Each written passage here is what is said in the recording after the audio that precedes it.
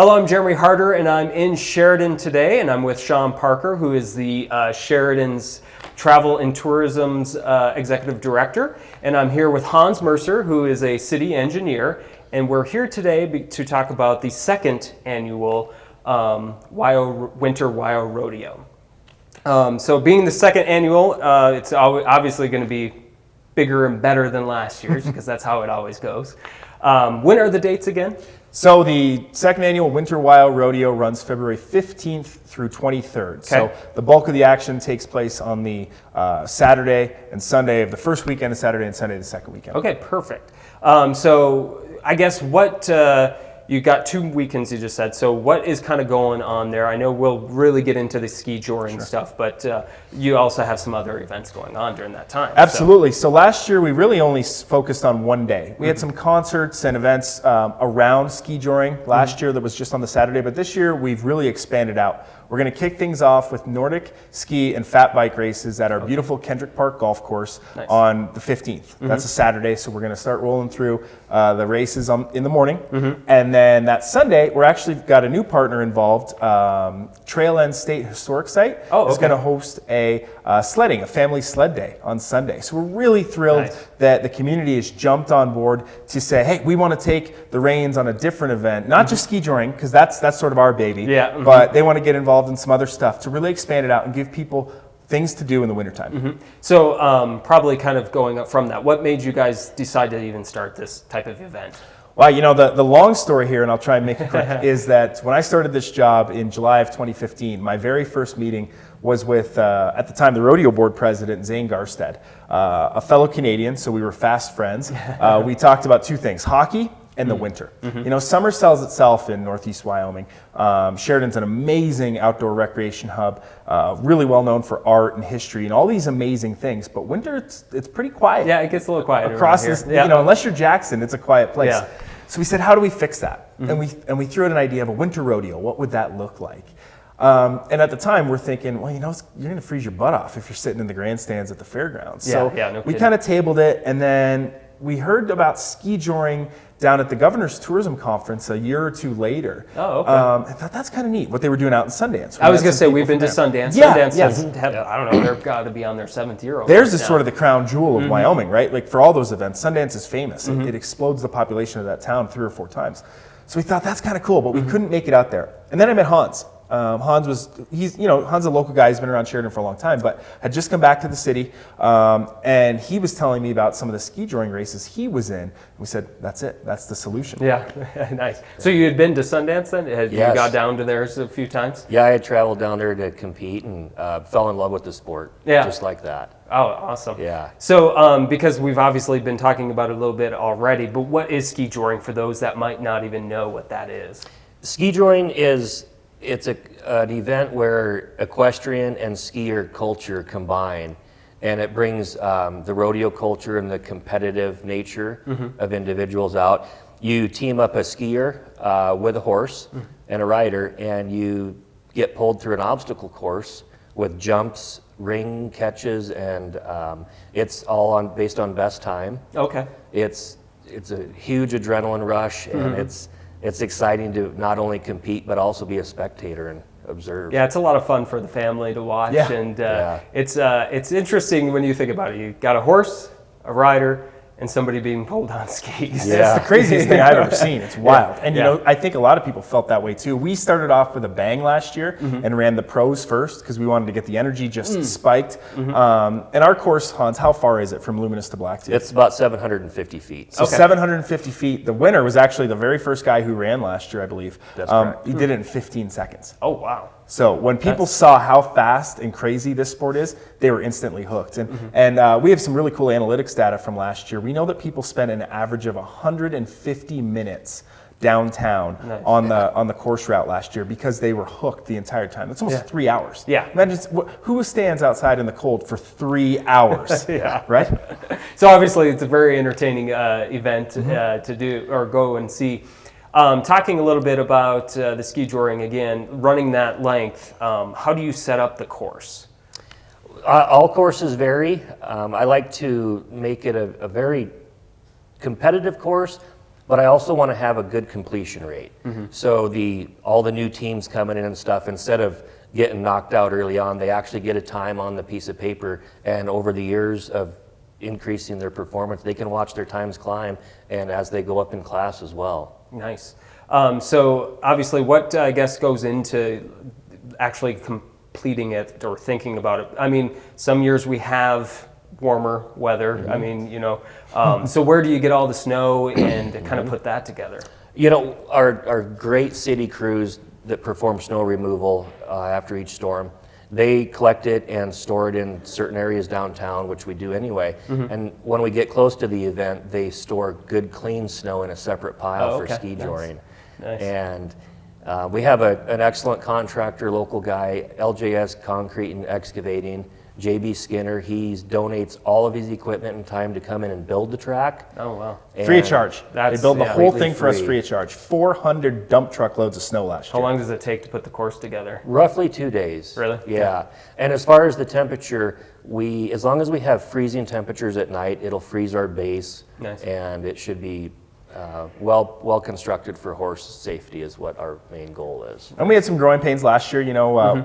People tease us still about it, but 400 dump trucks loads was a little excessive. Yeah. Oh, our original base was 6.5, 9 feet tall. Yeah. It was crazy. People were coming down. What are we going to do? This thing, nobody can even see the horses. It was so high. We're going to tame it down this year, but it was pretty cool. It was cool to see. So talking with you a little bit more, Sean, you kind of did mention it. Obviously this brings people downtown and they're doing their, watching obviously, but they're also probably visiting those stores. Do they also kind of participate downtown? And what does that mean for the downtown businesses? We had modest expectations last year on what the eventual economic impact would be because we'd never run anything like this. We'd never shut a street off to run an outdoor event. Yeah. Of this caliber. We have Third Thursday and a lot of great things where we shut Main Street down and Parade Day, and it draws people to the core. Never done it in the winter. Yeah. So we didn't know. It was only 30 degrees that day. So we're like, it's pretty chilly. What are we going to see?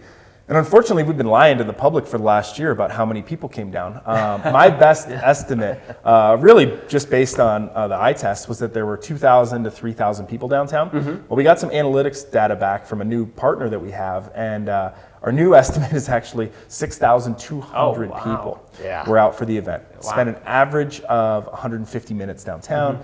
Spent an average of $85 per person. So the math is closer to 750,000 to between 750 to $1 million in one-day economic stimulus.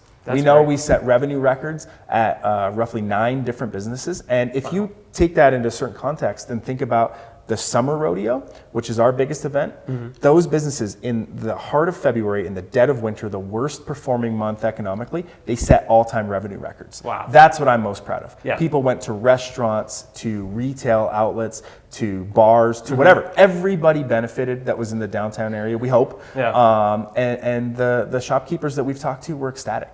That's great. Yeah. And obviously, bringing that many people in, it's it's great for locals, but obviously you've probably brought in quite a few regional people. And I know people that participate are from other states as well. Talk a little bit about that, and let me just get the note right. You're part of actually sanctioned. It's a sanctioned event. How does that work, or what does that even mean? That's correct. So we're sanctioned with Ski Joring America, and that's a professional circuit that goes around the entire western states for ski joring competition.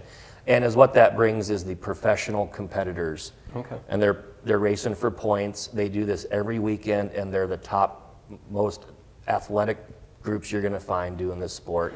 It's amazing. I could imagine. As Sean touched on last year, when the first pro runner went, the gasp from the crowd of what they were in for that day was, I'll never forget the sound of that, the roar that crowd made. It was a roar. I was standing in the dead center of the track, just watching things go, and you could feel the energy in the town pick up. It was wild. And that was the point where we knew what we were just getting into ourselves. Yeah, we were nervous. We were late getting started. People are kind of pulling on our coats saying, "Get moving! You're an hour late from what you said." We're like, "We've never done this before." We forgot to have a competitor briefing. There were some things that we needed to work out that we have worked out for this year. But when that first skier ran, he and I were across the track, made eye contact. Fist pump. We got this. We figured this out. Well, like I said earlier, second year, bigger, better. It's going to be great. So, we talked about some of the other events, but let's go through those again just so people kind of have an idea of what this week really will entail. Yeah, and I don't have a list in front of me. There's so many events. You can check them out on wyowinterrodeo.org. But it starts out on Saturday the 15th with the skiing and fat bike races up at Kendrick Park Golf Course. Beautiful facility. Our partner Antelope Butte Mountain Recreation Area is actually running that with the folks at the golf course. Okay. So they're running all those races. That's sort of a pilot program to get people out throughout the rest of the winter next year. So going to try it for this year. Then we've got Trail End Ski and Sled Day, Family Sled Day and Barbecue on Sunday. Throughout the week, we are going to have concerts with some other partners, like the WYO Theaters geting involved to bring somebody in. So that's going to be great. And then everything for ski joring kicks off on Friday with registration and a huge party, both at Luminous and Blacktooth. Those are our two breweries on the route. Okay. Our third brewery, Smith Alley, is going to be a vendor along with, I think, a dozen other vendors on Saturday and Sunday. So that's going to be a really cool festive atmosphere downtown. Saturday, we're going to kick off with 9 o'clock in the morning, national anthem and flag presentations, races at 10, and then we're going to mirror that again on Sunday. So Lots that's a mouthful. going on there. There's a lot, but we've designed this to be extremely family friendly and attractive to groups and really just families. That's what we want. Yeah. It's not like a big party downtown focused on beer or alcohol or anything like that. That's a component of it because of course there's breweries and that's a great atmosphere and a great host venue. But it really is a family focused event. That's why we've got snow hills that we're bringing out for the kids. Nice. We've got cowboy polo after the ski joring races on Saturday. Very nice. This is really our effort to give this community something exciting to do in the wintertime. Yeah, and it's nice. And especially by February, we're ready for something fun and exciting to go do. Yeah. So this definitely gives that opportunity to the locals and stuff. So anything else you guys would like to say, or maybe plug the website again where they can find more information? Yeah, wyowinterrodeo.org. And I would just like to say thank you to our premier partners and sponsors. Again, LJS Concrete and Excavating. Without them, we couldn't even build this course. The Sheridan WYO Rodeo Board, they handle the purse and a lot of the volunteers hours we get from those guys. Blacktooth and Luminous, like we mentioned, and then of course the city of Sheridan for letting Hans work with me through this absolutely crazy idea. Lane Thompson and Public Works and all those guys and all the fans and families that come out to watch ski joring. Yeah, great. So again, check out those websites, and I'm sure it's on Facebook and everything out there. Find those events and try to hit them all up if you can, and definitely check out the ski joring because again, I don't want to say it's new to the area, but it's something that a lot of people are really starting to get behind, and it's a fun event to watch. So, well, thank you, Sean and Hans, for visiting with me today. Much.